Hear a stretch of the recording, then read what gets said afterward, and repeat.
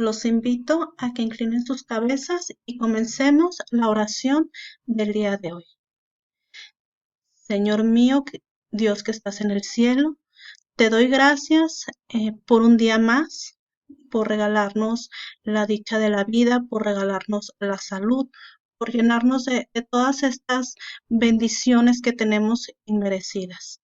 Te pedimos, Señor, por toda la gente que está pasando por esta tribulación, por toda la gente que carece de alimento, que carece de trabajo. Te pedimos que nos ayudes a enfrentar esta pandemia, que nos ayudes a regresar lo más pronto a nuestras actividades. Tú eres el único que sabes por qué ocurre cada una de las cosas y nunca nos vas a probar más allá de lo que nosotros podamos resistir.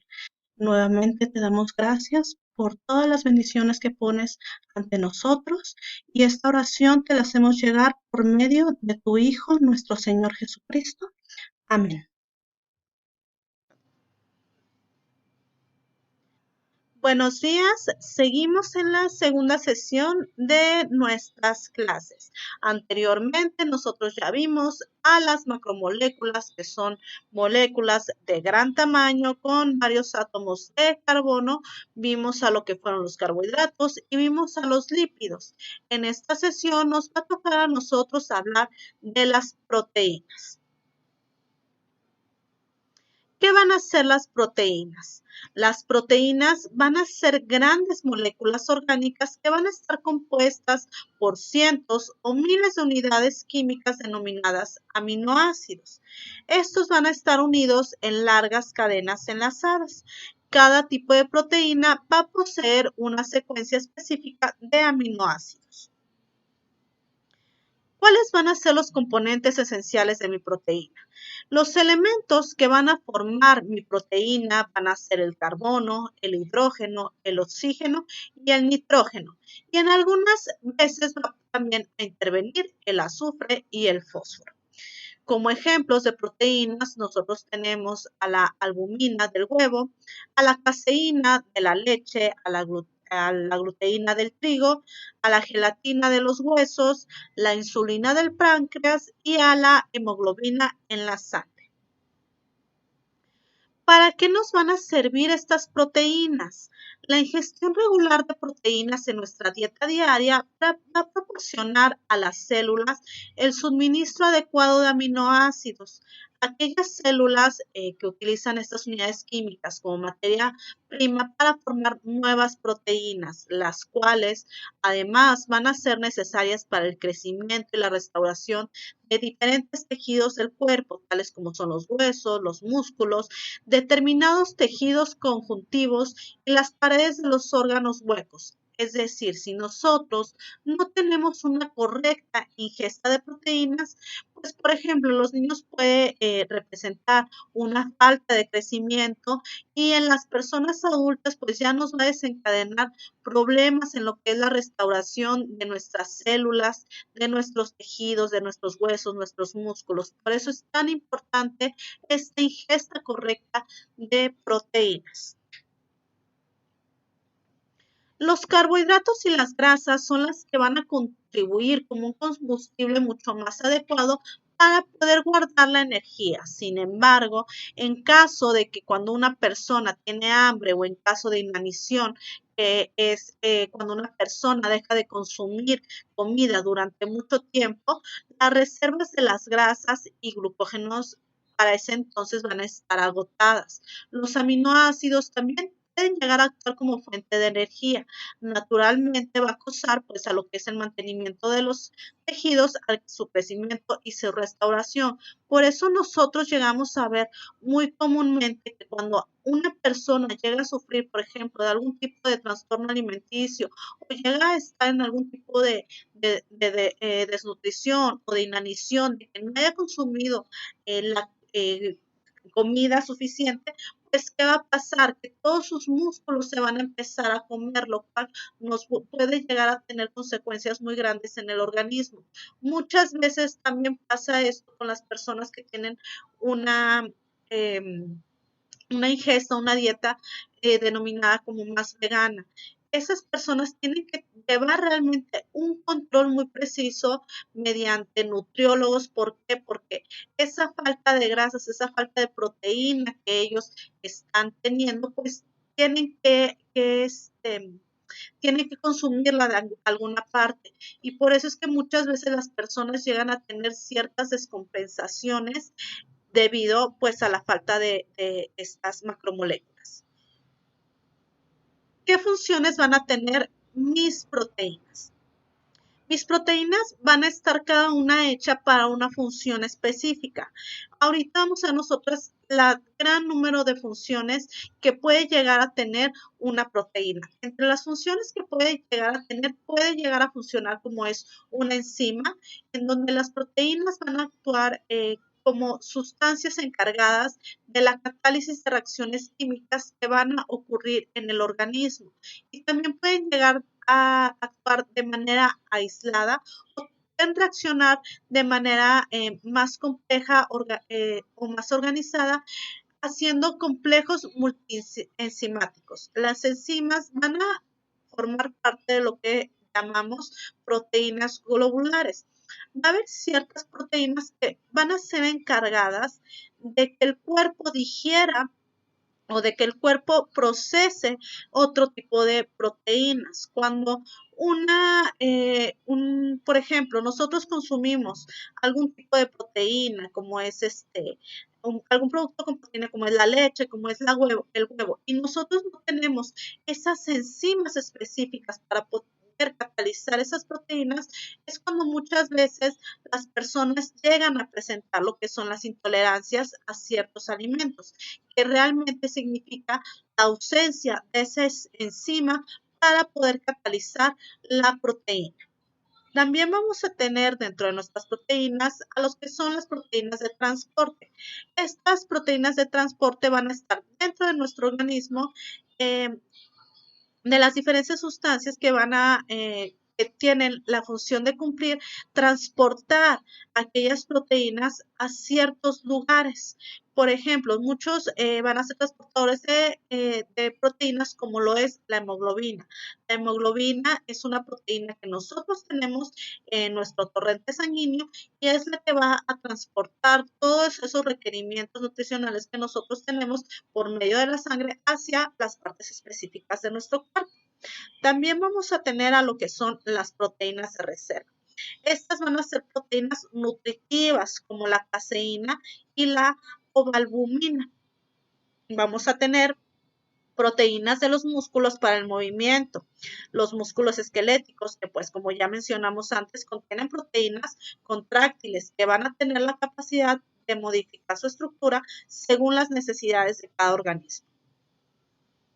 Vamos a tener proteínas estructurales o de soporte. Este tipo de proteínas van a formar parte de diferentes tejidos del cuerpo. Vamos a tener otras que se van a encargar de la membrana celular, las cuales van a llamarse como glucoproteínas. También nuestros anticuerpos o defensas van a ser un cierto tipo de proteínas. Estas van a ser sustancias específicas encargadas de la detención y ataque de algún agente extraño a nuestro cuerpo. Vamos a tener proteínas que son protectorreceptores que van a participar en el proceso de recepción de nuestro impulso nervioso. Vamos a tener proteínas de la coagulación que van a estar en las componentes de la sangre, por ejemplo, como es el fibrógeno. Si nosotros llegamos a carecer, por ejemplo, de alguna proteína de la coagulación, podemos llegar a presentar hemorragias con cortes muy pequeños, lo cual puede llegar a tener consecuencias graves también. Lo mismo con las proteínas que actúan como anticuerpos. Si nosotros no tenemos las suficientes anticuerpos, las suficientes defensas en nuestro cuerpo, pues vamos a estar albergando muchos virus y muchos agentes infecciosos oportunistas. Vamos a tener otras proteínas que van a actuar como hormonas reguladoras. Estas pueden ser, por ejemplo, la insulina, que es la que secreta el páncreas, que es la que nos ayuda con nuestros niveles del azúcar en la sangre. Esta proteína es la que carecen muchas personas que tienen diabetes, ya no pueden procesar esta proteína, la cual después les tiene que ser suministrada exteriormente para que pueda regular sus niveles de azúcar en la sangre. También vamos a tener a lo que es la hormona del crecimiento o hipofisiaria, que estas pues nos pueden llegar a tener problemas como lo son el enanismo o el gigantismo, depende de si tienes mayor producción de hormona del crecimiento o menor producción de hormona del crecimiento. Como ya lo vimos, las proteínas van a ser cadenas de aminoácidos. Ahora vamos a ver entonces qué va a ser un aminoácido. Un aminoácido va a ser el elemento mínimo de una proteína, cuya fórmula básica va a ser la siguiente. Tenemos un átomo de carbono que va a estar unido a un grupo de hidrógeno, a un radical, a mi grupo CO y a mi grupo NH3. Si vemos aquí, nosotros tenemos un carbono con 4 grupos diferentes. Como lo vimos anteriormente, si nosotros tenemos un carbono que tiene 4 grupos diferentes a su alrededor, nosotros estamos hablando de un carbono quiral o asimétrico. ¿Cuáles serán los carbonos quirales o asimétricos? Son aquellos que si yo lo pongo frente a un espejo, me va a dar un reflejo que va a ser idéntico a su imagen original. Nosotros anteriormente pues ya vimos que teníamos la configuración L y la configuración D. En este caso yo voy a tener esa misma configuración en mis aminoácidos. Aquí tenemos un ejemplo de mi configuración L de mi aminoácido y mi configuración D y mi configuración en tercera dimensión. Vamos a tener también ciertos tipos de aminoácidos que solamente van a tener un grupo amino y un grupo carboxilo.